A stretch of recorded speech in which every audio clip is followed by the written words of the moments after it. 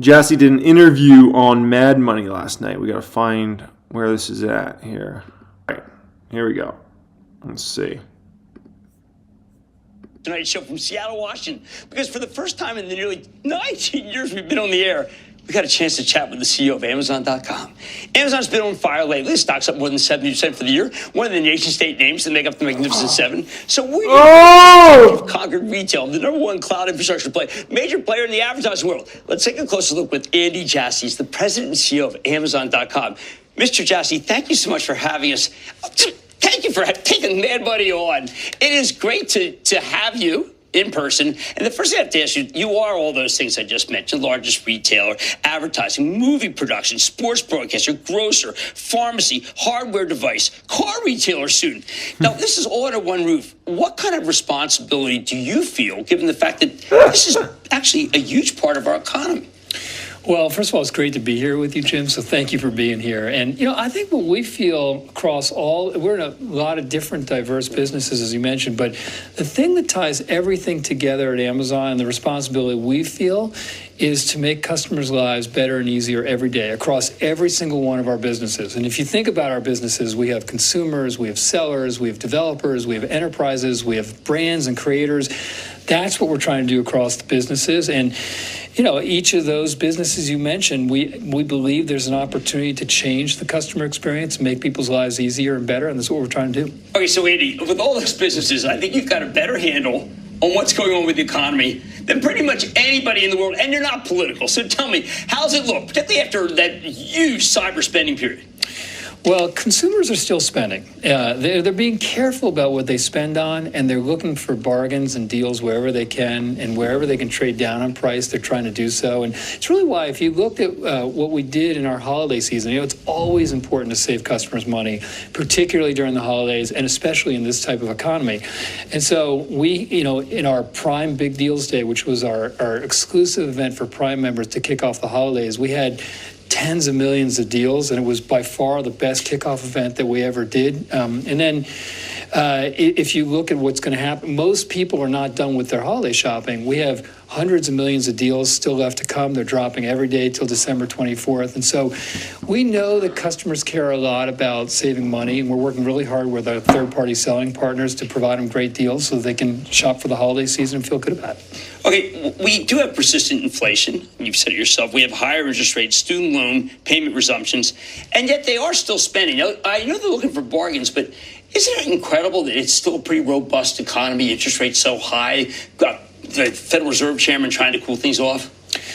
Well, I think people are going to buy certain retail items. A lot will have to go bad before people stop investing in detergent and shampoo and soap and things like that. And if you look at our consumables business, the growth rate there is pretty extraordinary year over year, in significant part because we have been able to speed up our delivery so much in the last year. And so when you can get items to people same day or next day at the latest, they end up considering you for a lot more purchases. But if you look at some of the items, like more discretionary items, laptops or electronics or phones, people are being more careful, and where they may have taken the more expensive unit, they're taking a less expensive unit. And so we're still growing at a faster rate in those areas than you see the rest of the segment, but more timid than they've done in the past. All right, well, I'm going to go back to what you said about the consumables. Okay, so sometimes I order like razor blades, Gillette, and they're there the same day. I order like a very popular book, the new Reacher book. I know you got season 2 coming up. It's there the same day. How does this stuff get to me the same day? What occurs? Well, first of all, if you look at just the first half of this year, in our top 60 metros, over 60% of the shipments were coming to people in the same day or one day. So a lot of it has to do with a combination of two things. One is when we took our U.S. fulfillment network from a flat national network to 8 regional hubs, we redid all the placement algorithms to get items close to where we're shipping to end customers.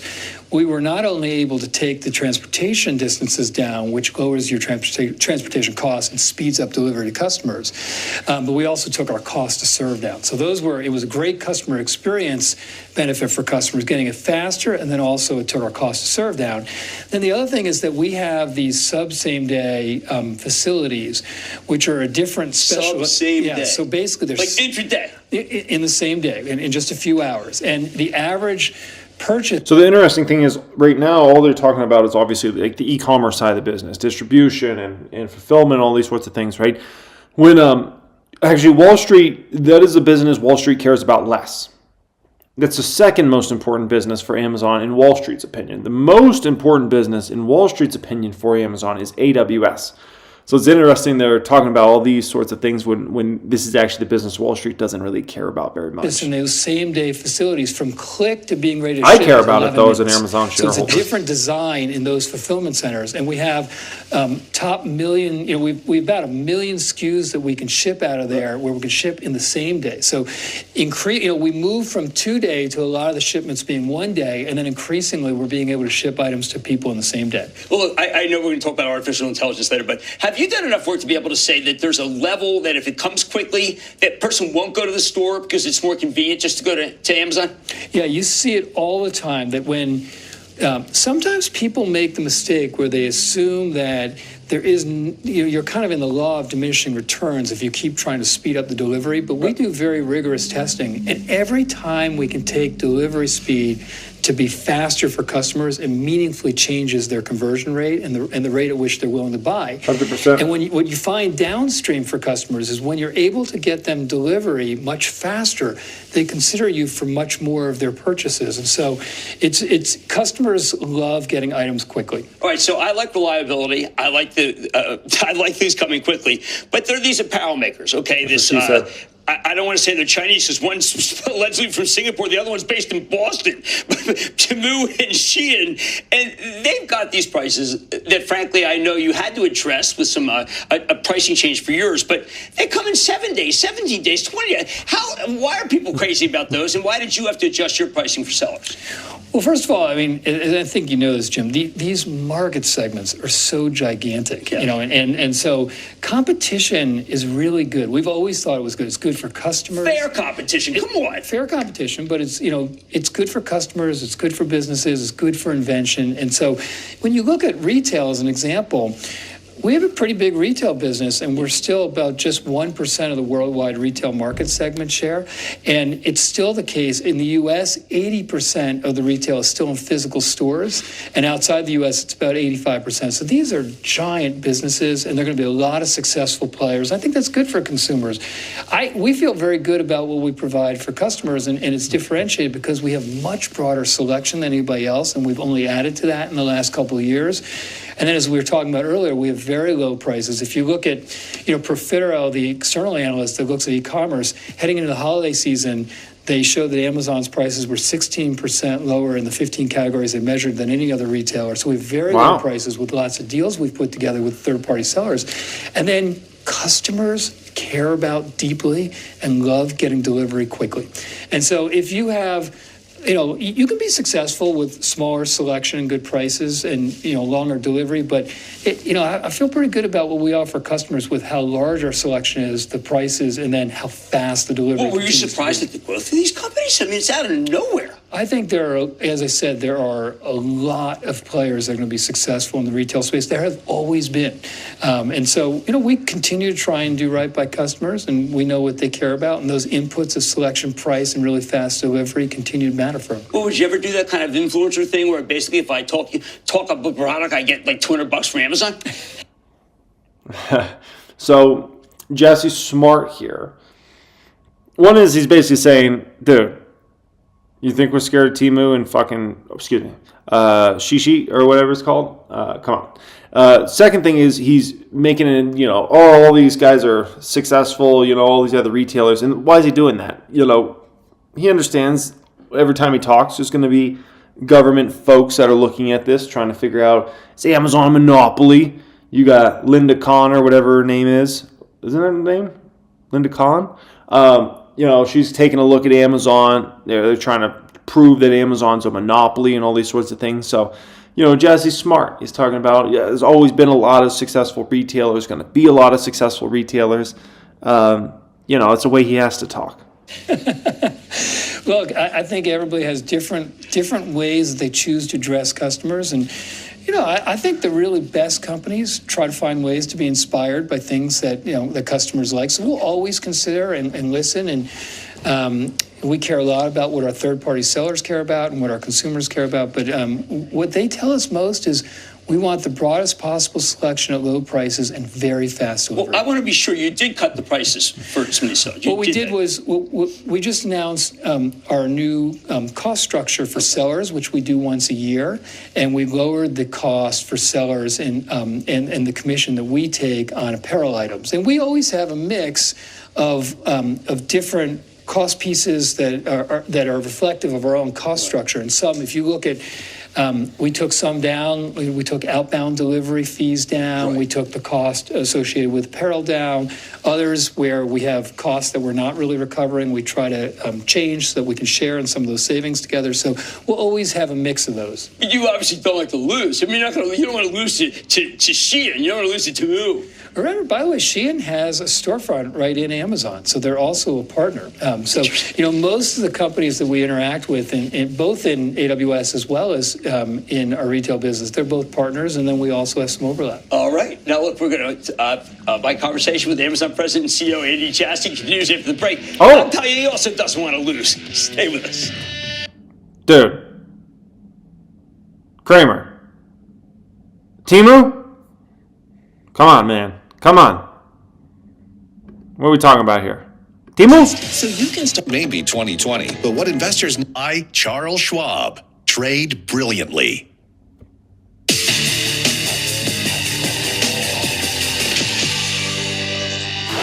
We're back with Andy Jassy, President and CEO of Amazon.com, because this is arguably the most important company in the world. You know I say that all the time. Amazon.com. We got far too many Who questions still calls to it one that? segment. Let's get right to it. Okay, Andy, give me the core value proposition of Prime right now. Prime is, for $14.99 a month, you get an incredible amount in there. So you get fast, reliable, unlimited free shipping across the... Hey, and that's not even the best part. The best part is you can subscribe to my Twitch channel for free every month.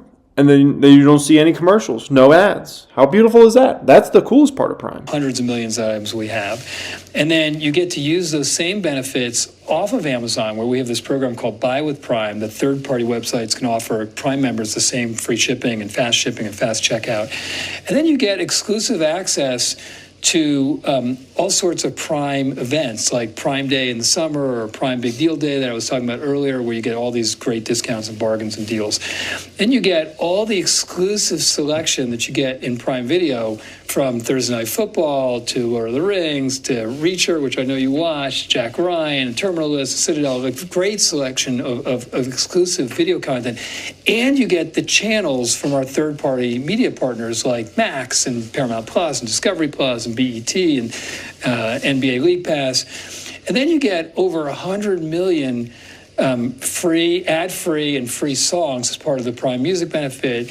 You get grocery shipping benefits. You get Prime Photos. You get a subscription to Grubhub, which is a $9.99 value a month. So it's an incredible amount of value that Prime members get for $14.99. I got to see about the whole music thing, because I've never even used Amazon Music. Like, do I get all the same songs and albums and everything I have on Apple Music? Because if that's the situation, then I actually wouldn't need Apple Music anymore, because, Amazon. But I don't know if Amazon has all, like, the inventory that Apple does. I don't know. A month, and it's part of why they shop across Amazon in the broad way they do. All right, well, my child says he uses in Amazon. I'm listening to that. I'm thinking, well, why not charge double? We'll all pay it. Well, and I appreciate that, Jim. I think that we add benefits to Prime. He's like, all right, Jim, your bill just went up twice as much. So he says, yeah, it's the same. It's good. Well, what's the advantage of using Apple then? Let's say Amazon Prime has all the same songs and albums that Apple Music does. Then what's any advantage of using Apple at that point in time? All the time, and we have for... What? I pay for YouTube Premium. I didn't know Google had Google Music. Oh, but you get ads. Or no?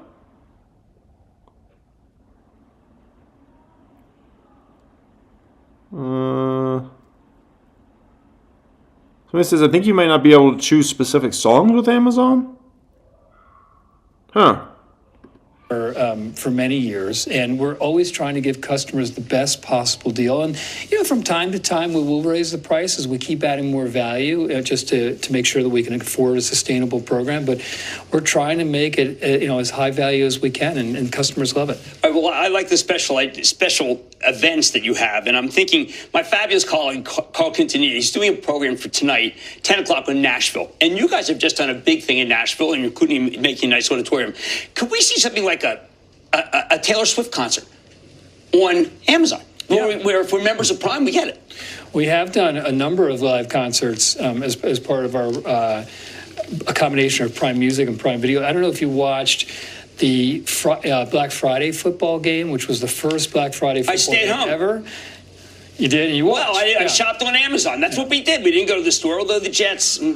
It was not the most competitive game, but actually, if you watch the production, I thought it was pretty fun. And one of the things that happened was we had a Garth Brooks concert that he did live in Nashville, which was available to our Prime members.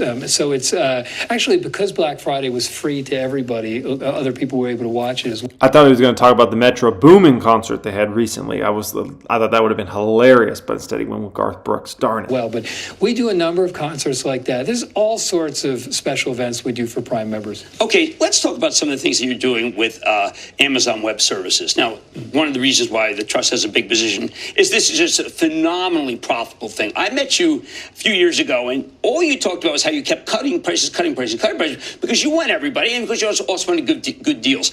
Last year, the rate of growth slowed, but then we got a bounce. Is that bounce continuing? Well, I think that if you look at the growth rates of AWS, per Q3, the last results were released, you saw that the year-over-year growth rates started to stabilize, 12% year-over-year. I think that while there's still some cost optimization going on from companies concerned about the economy, it's largely attenuated. It's not nearly at the same rate as before. And, I think we made a decision in the beginning of the pandemic, right, wrong, or indifferent. We think it was the right decision, but it was different from other companies. That instead of, even though we knew it might be a difficult economy, instead of trying to squeeze every last dollar from our customers, which a lot of our competitors did, we would try and side on this, with customers, and we would try and help them weather the pandemic and the uncertain economy. And we knew that in the short term, it might lead to lower revenue growth, but if we do right by customers over a long period of time, we're trying to build a business that lasts all of us. We believe it'll help customers, and the business will ride along with it. So, I think we made the right decision for customers. I think they're really appreciative. We see them. We feel really good about the deal growth that we've seen in the last few months, and I continue to be very bullish about AWS come 2024 and beyond. I think that. The business today is a $92 billion annual revenue run rate business. 90% of the global IT spend is still on premises. Right. If you believe that that's going to flip in the next 10 to 20 years, which I do, if we continue to have the best functionality by a large bit than we do, if you continue to have the largest partner ecosystem, which we do, with the strongest operational performance and security as we do, and the customer orientation we do, I think we have a lot of growth in front of us, not to mention what's happening in generative AI, which I think is going to transform virtually every customer experience. That's another huge opportunity for AWS business. In the conference call, Andy, you did say, and I'm going to quote you, tens of billions of dollars in revenue over the next several years? How's it possible? Well, if you think about virtually every customer experience that you know, if you think about all of those being changed and evolved and reinvented with generative AI in the middle of it, I mean, the global IT spend is a really, really large number. It's trillions of dollars. So, I think that in my opinion, almost all the generative AI, especially because all those efforts are effectively starting now, are going to be in the cloud. There isn't going to be this 90% of generative AI spend on premises. And so I agree with them. There's 100%. Going to be a huge number of, every company is going to reinvent their core customer experiences that way. I talk to a lot of companies, and I'm not sure they even know what they're doing. They're in it. They say they have an AI strategy, but I mean, I know you must help a lot of companies, but aren't there a lot of companies that are just doing it for show?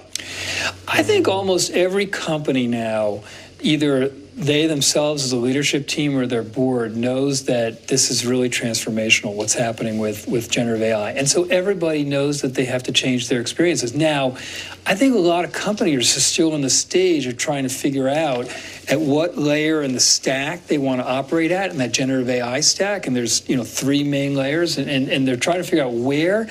And then they're trying to figure out which experiences should they go after first, and what are they actually going to change about it. And a lot of what we do, because most of the conversation in generative AI has been at that top layer of the stack, which is really the application layer. But all 3 layers are giant, and we're investing in all 3 of them in a very substantial way. That lower level is really the compute to train the models and run the predictions or inferences. The key there are chips, and we've been building our own custom AI chips now for several years. You were the first to go Grace Hopper. You were the first to go high-end NVIDIA. We have a deep partnership with NVIDIA. All of their new chips have always come out on EC2 or AWS EC2 instances first. And at the same time, we're also building our own chips. We have something called Trainium for training and Inferentia for inference for people that want to push the envelope on price performance. And so that bottom layer, you have a lot of companies will build those large language models on those chips. And then that middle layer is really where companies that don't want to invest all the people and the dollars in building their own models, they want to take an existing large language model, customize it with their own data, and then be able to run it as a managed service.